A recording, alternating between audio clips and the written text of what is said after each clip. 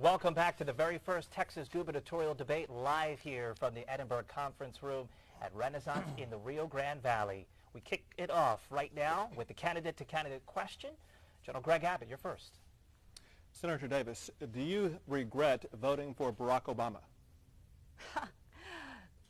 Mr. Abbott, what I am working on right now is running for governor of this incredible state and bringing policies forward that will benefit this state.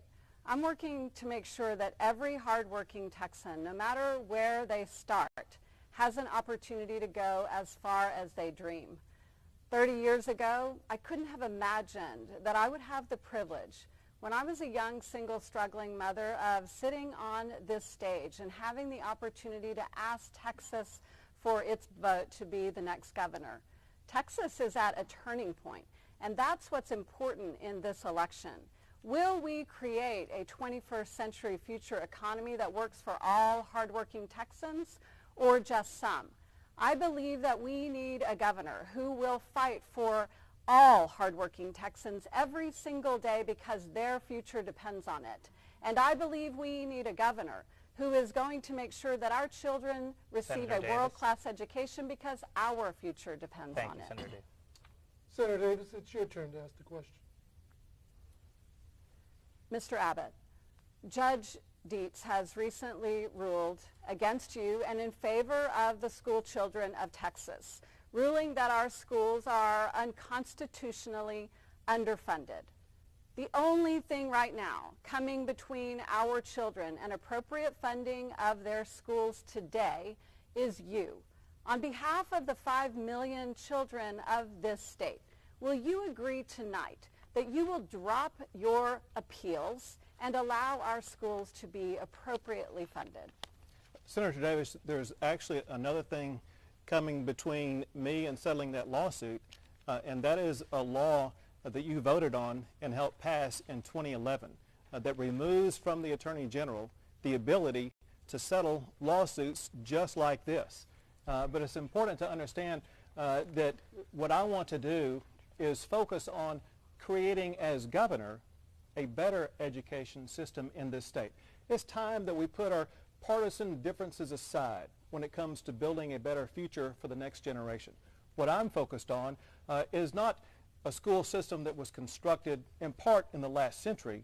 What I'm focused on is building a better education system for the next generation. My goal as governor is to work toward elevating the Texas education system to be ranked #1 in the nation. Mr. Abbott, attorney generals around Senator this Davis, country, Senator Davis, around at the this end of the country program, have stood up against their Senator legislatures Davis, when they believe Senator that Davis, they are we wrong. agreed to the rules and what beforehand. you are doing I is appreciate you shortchanging wanting our to school children interject, is wrong. Senator Davis. We do appreciate it. We know it's a lively discussion. At the end, though, we have our closing statements, and I encourage you to use that time to continue the discussion. These are rules we all agreed upon together. Okay, Carlos, your question? Senator Davis, if elected, would you push for individuals receiving state assistance like food stamps to be drug tested? I actually supported a bill that would provide for that in the last legislative session. But I also supported making sure that we put in place mechanisms so that false drug tests do not force people off of food stamps. I also was very sensitive to the fact that children should not be punished by virtue of the fact that they may have a parent who is drug addicted, and therefore worked with the author of that bill to include a provision, if it was the case that a positive drug test was found, for that person to continue to receive their assistance if they would agree to go into a drug treatment program and to receive the help that they need. General Abbott, your response. Carlos, I do support that law. Listen, we want to do all we can in the state of Texas to help those in need. Part of what we can do to help those in need is to help them improve their lives. One way to help them improve their lives is if they are relying upon government benefits, we can try to help them deal with and overcome challenges they may have because of drug addiction or other challenges that would have shown up in the testing. And so we look for this to be a win-win situation, helping those who are depending upon government benefits to find a pathway beyond that so they can begin to be contributing to the fabric of the state of Texas. General Abbott, San Antonio recently voted to raise taxes to create a universal pre-K program. Do you support a statewide pre-K program? If so, how would you fund it? Well, I do support improving pre-K. I view pre-K as the starting point in our education, and what I have rolled out in the strategy I have is to have the premier pre-K 4 program in the entire country, because I know that if we can begin educating our students at the very beginning, that we will be able to have that solid foundation that students need to build on. So my education system does begin with pre-K 4. And then importantly, Dalila, it builds upon that to ensure that what students learn in pre-K 4 is going to continue in kindergarten, in first grade, second grade, all the way through.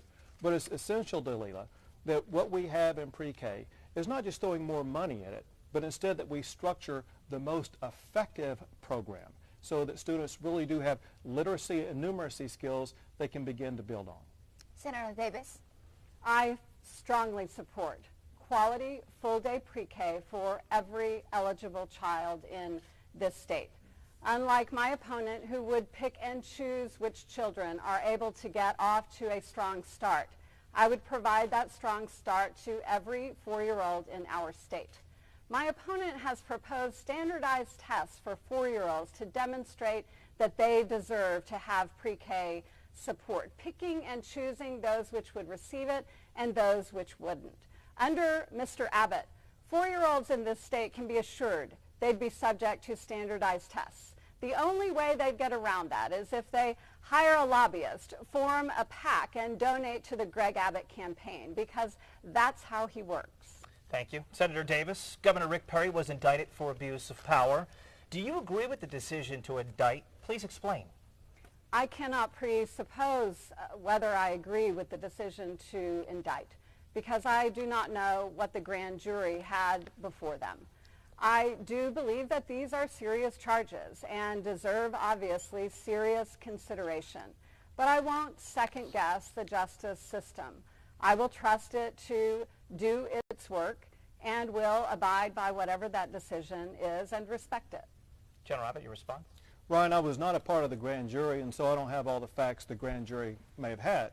What I can tell you is that it is bizarre that a governor would be indicted for exercising a veto of a spending measure. The veto authority is a constitutional authority, and I want to ensure that it remains robustly so that when I am governor, I'm able to exercise that veto for what I consider to be inappropriate spending. One of the key roles I will play as governor is to make sure that the state of Texas lives within the confines of a budget. Part of being able to fulfill that role is being able to exercise the constitutional veto power. Thank you. General Abbott, the mayor of McAllen says by the end of the year, he expects to spend $500,000 in taxpayer funds for the humanitarian relief efforts related to the influx of immigrants this summer.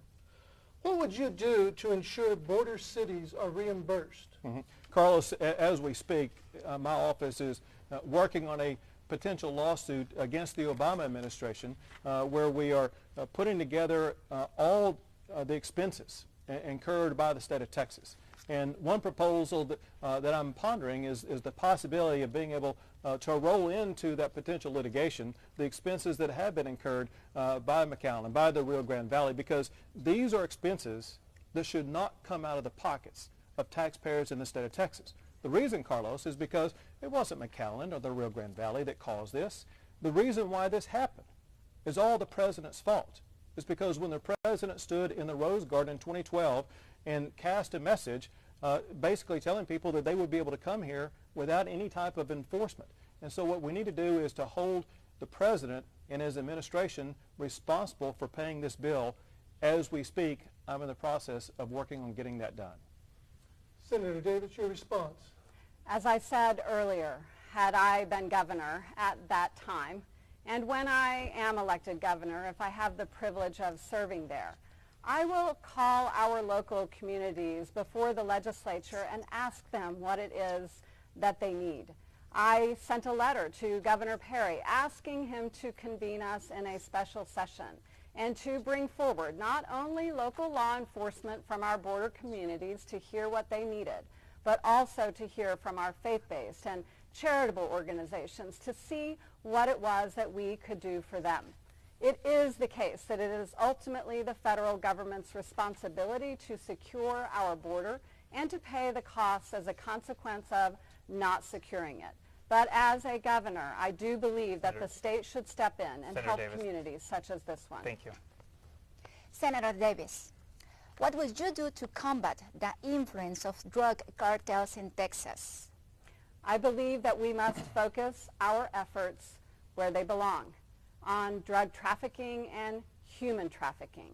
That is why I supported the surge of DPS officers who have detention and arrest authority here. But I also believe that we need to be just as focused on the economic relationship between Mexico and Texas. We need to be investing more, not less, in the infrastructure that will help to accelerate efficiently the movement of goods between Mexico and Texas. Our economy is dependent upon our relationship with Mexico. And as governor, I will make sure that we work across the border, not only on security, but in continuing to keep that economic relationship strong and vibrant. General Abbott. Dalila, I'm the only candidate for governor who has a plan to go after the drug cartels. And I'll tell you in part why. I was in McAllen July a year ago, and I was visiting with a young Latina about college age. And she begged me and pleaded with me to fulfill my promise to secure the border and go after the cartels because, as she explained, her brother was playing a pickup soccer game here in the Rio Grande Valley and had to play with the son of a cartel member. Children should not be forced to have to make those types of play day decisions. As governor, I will secure our border and go after any drug cartel that tries to harm any Texan. General Abbott, this question is for you. Valley leaders blame drought conditions and Mexico's non-compliance with the treaty for a water shortage that has forced many of the region's growers to cut back on farming. If elected, how would you ensure Mexico repays its water debt? Well, Ryan, I've already begun to work on this process. I met with Ambassador Eduardo Medina Mora to visit about it. And we talked about a number of economic-based issues, and let me clarify, he's the ambassador from Mexico to the United States. And we talked about the need for Mexico to fulfill its obligation to provide water to Texas that Texas deserves. And you could tell that he understood because you can see where Mexico is today. They are growing economically, and they know that part of their economic future is tied to the economic future of the state of Texas. I think Mexico wants to be a good partner. I think they want to see economic development flourish on both sides of the border. And just like we worked with the president in 2004 to ensure we got our access to the water from Mexico, I think we can do it again. Senator Davis, your response. Drought conditions have cost the Rio Grande Valley millions of dollars. Last year, farmers had to turn under millions of dollars worth of crops as a consequence of that. Ensuring enforcement of the 1944 water treaty with Mexico is absolutely essential. And as governor, I will create the relationship with Mexico that fosters the kind of partnership that will achieve that. But I also won't wait only on Mexico and that water treaty to solve this problem. That's why, as a state senator, I supported and was proud that voters supported a $2 billion water revolving loan fund that will help communities like the Rio Grande Valley to create and grow water resources and conservation efforts to assure that drought does not have the devastating economic impact it's had. Carlos? Senator Davis, the Texas city of West was rocked by a terrible explosion caused by chemicals that were stored there that many residents did not know were stored there. What do you believe the state should do with regard to informing residents of cities if dangerous chemicals are in their midst? Let's be clear. Right now, the only thing that is coming between Texas families knowing whether dangerous chemicals are being stored near their homes or near their schools or near where they work is Greg Abbott.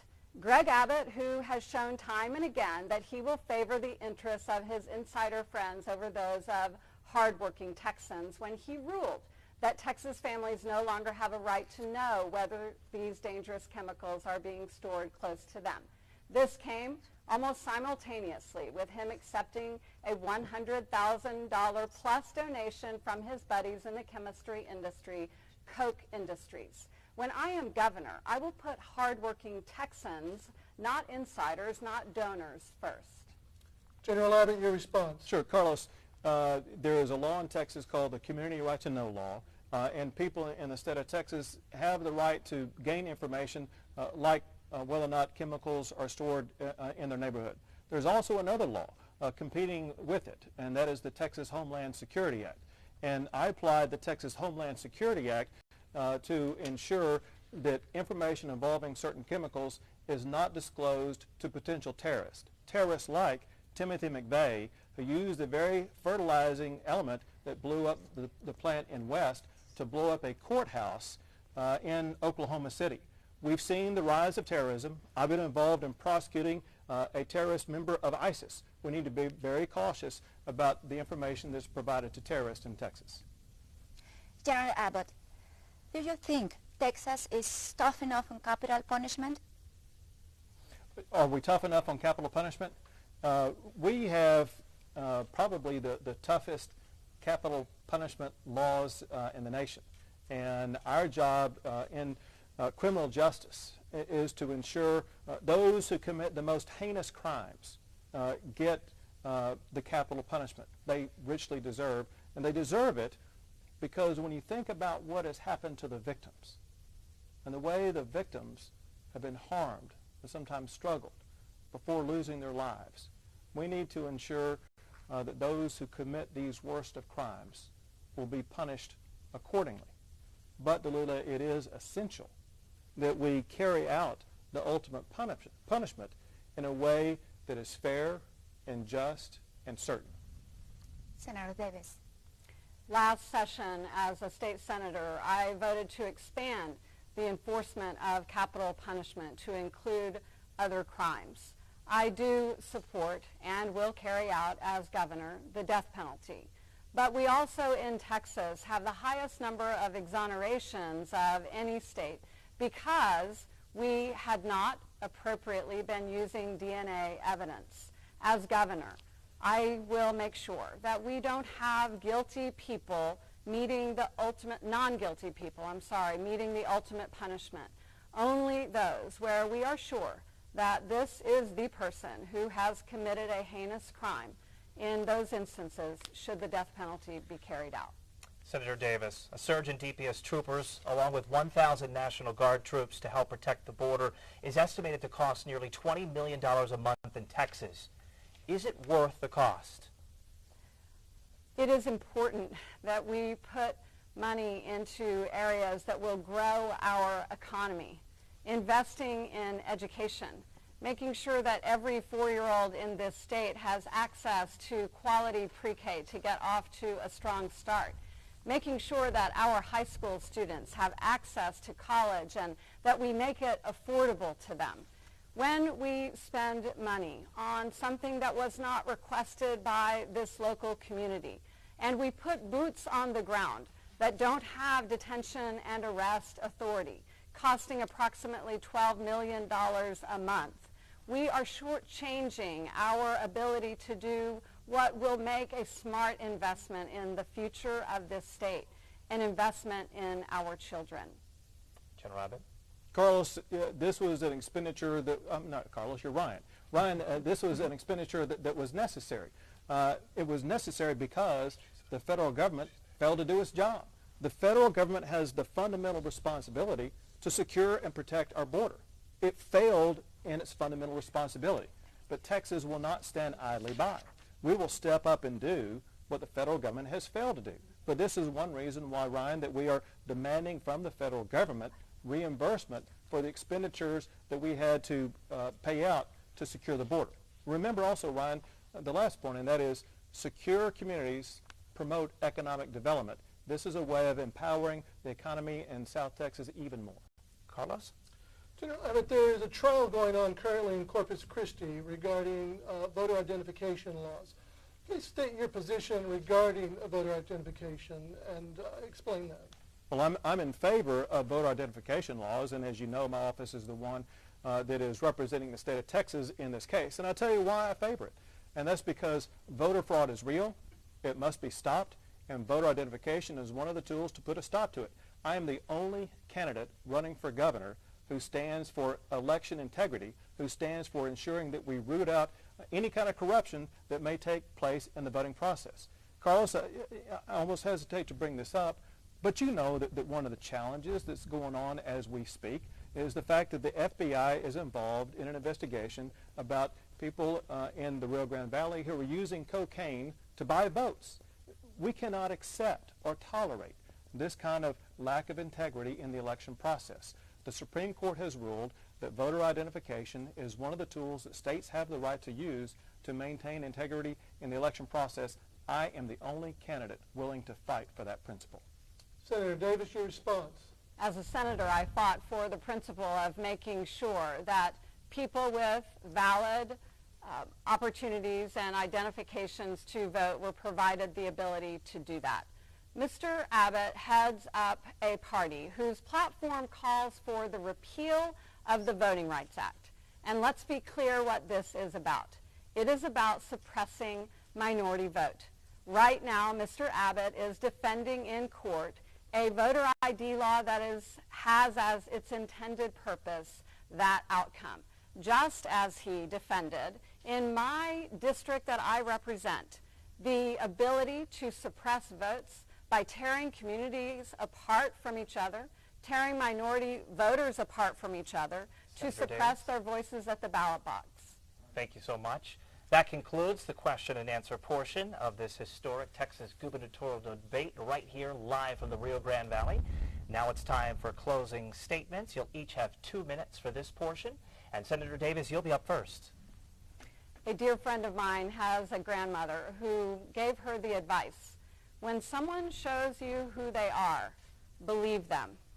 I've shown Texans who I am.